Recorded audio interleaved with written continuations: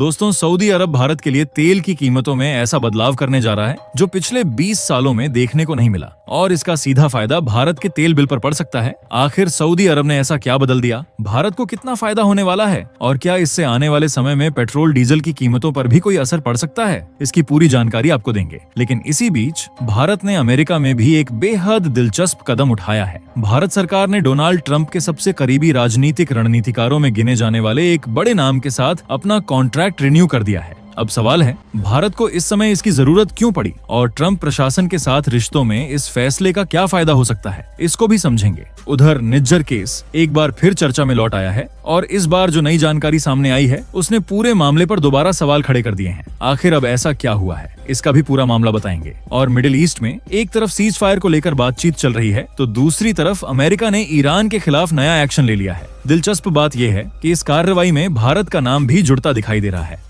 आखिर अमेरिका ने क्या कदम उठाया और भारत का इसमें क्या कनेक्शन है, आज की वीडियो में सभी बड़ी खबरों को एक एक करके समझेंगे। तो चलिए बिना समय गंवाए पहली बड़ी अपडेट से शुरुआत करते हैं। लेकिन दोस्तों, यकीन मानिए, आपका एक लाइक हमारी 8 घंटे की मेहनत को सफल बना देगा, तो प्लीज लाइक कर दीजिए। खैर, अब सबसे पहले तेल के बाजार से भारत के लिए एक अच्छी खबर आई है, और इस बार खेल थोड़ा उल्टा हो गया है। कुछ साल पहले तक भारत जैसे बड़े खरीदारों के पास तेल खरीदने के लिए गिने चुने बड़े विकल्प हुआ करते थे, लेकिन अब रूस सस्ता तेल दे रहा है, इराक और यूएई अपनी सप्लाई बढ़ाने की कोशिश में है, और ईरान भी बाजार में अपनी वापसी का रास्ता देख रहा है। नतीजा, अब खरीदार भारत है, लेकिन दबाव बेचने वालों पर बन रहा है। इसी बीच सऊदी अरब ने एशियाई बाजार के लिए अपने अरब लाइट क्रूड की अगस्त वाली कीमत में $1 प्रति बैरल की कटौती कर दी है। इस कटौती के बाद इसका भाव ओमान दुबई बेंचमार्क से करीब $1.5 प्रति बैरल नीचे पहुंच गया है, और रिपोर्ट्स में इसे करीब 2 दशकों की सबसे बड़ी कटौती बताया जा रहा है। अब यहाँ असली बात समझिए, सऊदी अरब ने यूरोप के लिए ऐसा नहीं किया। राहत खास तौर पर एशियाई खरीदारों को दी गई है, क्योंकि असली लड़ाई यही है।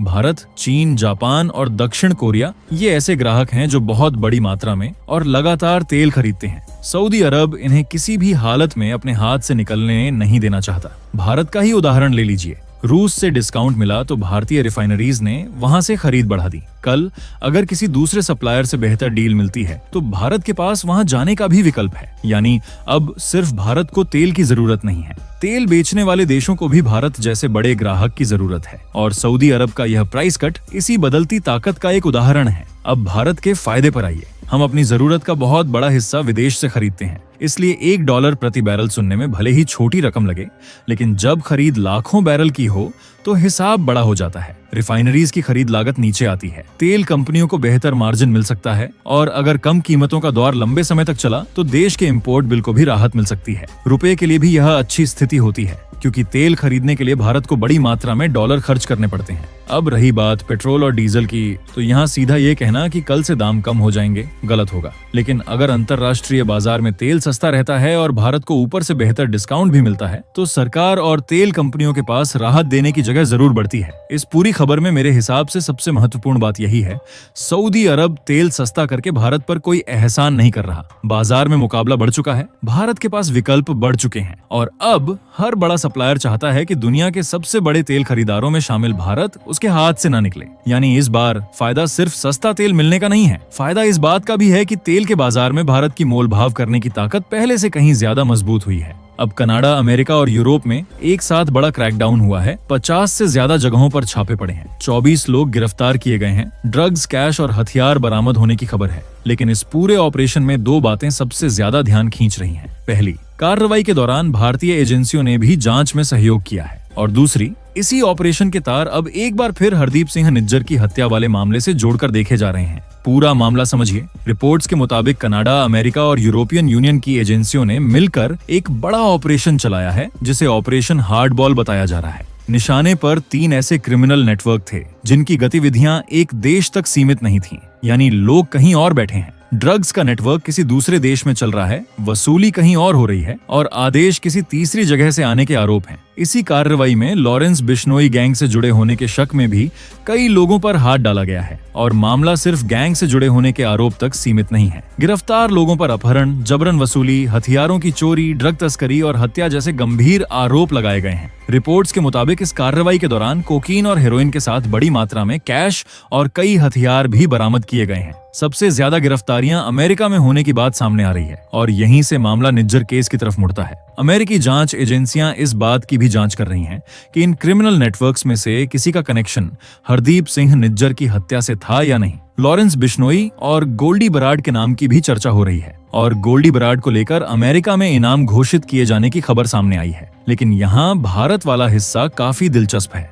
अमेरिकी अधिकारियों के मुताबिक इस पूरे एक्शन के दौरान भारतीय अथॉरिटीज से भी सहयोग मिला। जहां जानकारी की जरूरत थी वहां भारत की तरफ से मदद की गई और जांच में कुछ ऐसे कनेक्शन भी सामने आने का दावा है जिनके तार भारत की जेलों में बंद लोगों तक पहुंचते हैं। अब यहाँ दो चीजों को अलग अलग समझना जरूरी है। एक तरफ ड्रग्स, हत्या, वसूली और हथियारों से जुड़े इंटरनेशनल क्रिमिनल नेटवर्क पर कार्रवाई चल रही है जिसमें भारत भी सहयोग कर रहा है। लेकिन दूसरी तरफ उसी जांच के बीच निज्जर केस का नाम भी दोबारा सामने आ रहा है। कनाडा लंबे समय से निज्जर की हत्या को लेकर भारत पर आरोप लगाता रहा है, जबकि भारत इन आरोपों को खारिज करता आया है और ठोस सबूत की मांग करता रहा है। इसलिए अब असली नजर इस बात पर रहेगी कि क्या इन गिरफ्तारियों और छापों से निज्जर केस को लेकर कोई ठोस सबूत निकलता है या फिर एक बड़े क्रिमिनल नेटवर्क की जांच में निज्जर का नाम सिर्फ एक संभावित कनेक्शन के तौर पर ही घूमता रहेगा। क्योंकि आरोप और शक अपनी जगह हैं, लेकिन इतने बड़े मामले में आखिरकार फैसला सबूत से ही होगा। अब मिडिल ईस्ट में जो हुआ है उसने अमेरिका और ईरान के बीच चल रही बातचीत पर फिर से सवाल खड़ा कर दिया है। क्योंकि एक तरफ दोनों देश बातचीत की टेबल पर बैठे हैं और दूसरी तरफ समुद्र से लेकर ईरान के अंदर तक हमले शुरू हो गए हैं।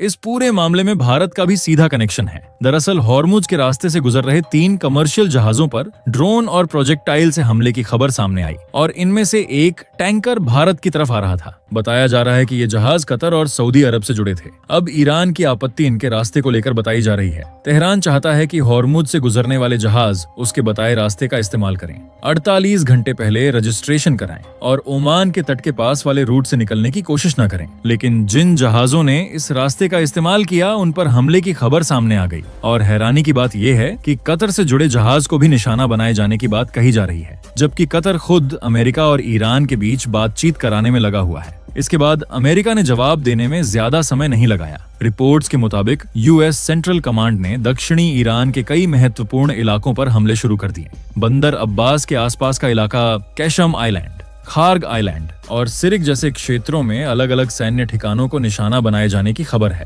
ये इलाके इसलिए अहम हैं क्योंकि यहाँ ईरान का तेल और गैस से जुड़ा बड़ा इंफ्रास्ट्रक्चर मौजूद है और साथ ही ईरानी सेना तथा IRGC की गतिविधियां भी रहती हैं। अमेरिकी हमलों का निशाना तेल के कुएं नहीं बताए जा रहे, बल्कि air defence system, coastal radar, drone launching facilities, anti ship missile sites और IRGC की फास्ट अटैक बोट्स से जुड़े ठिकाने बताए जा रहे हैं। यानी अमेरिका ने सीधे उस क्षमता पर हमला करने की कोशिश की है जिसके जरिए ईरान हॉर्मुज के आसपास जहाजों की आवाजाही को खतरे में डाल सकता है। लेकिन अमेरिका यहीं नहीं रुका। सैन्य कार्रवाई के साथ ईरान को तेल बेचने के लिए दी गई राहत भी वापस लेने की खबर है। बातचीत शुरू होने के समय ईरान को कुछ राहत दी गई थी, लेकिन कमर्शियल जहाजों पर हमले के बाद अमेरिका ने अपना रुख फिर सख्त कर दिया है। अमेरिका का कहना है कि व्यापारिक जहाजों पर हमला सीज फायर की शर्तों के खिलाफ है, इसलिए जवाब देना जरूरी था। लेकिन अब मामला और उलझ गया है। ईरान ने भी कह दिया है कि अमेरिकी हमलों का जवाब दिया जाएगा। अब जवाब कहां और किस तरह आएगा, यही सबसे बड़ा सवाल है। क्या ईरान सीधे अमेरिकी ठिकानों की तरफ जाएगा?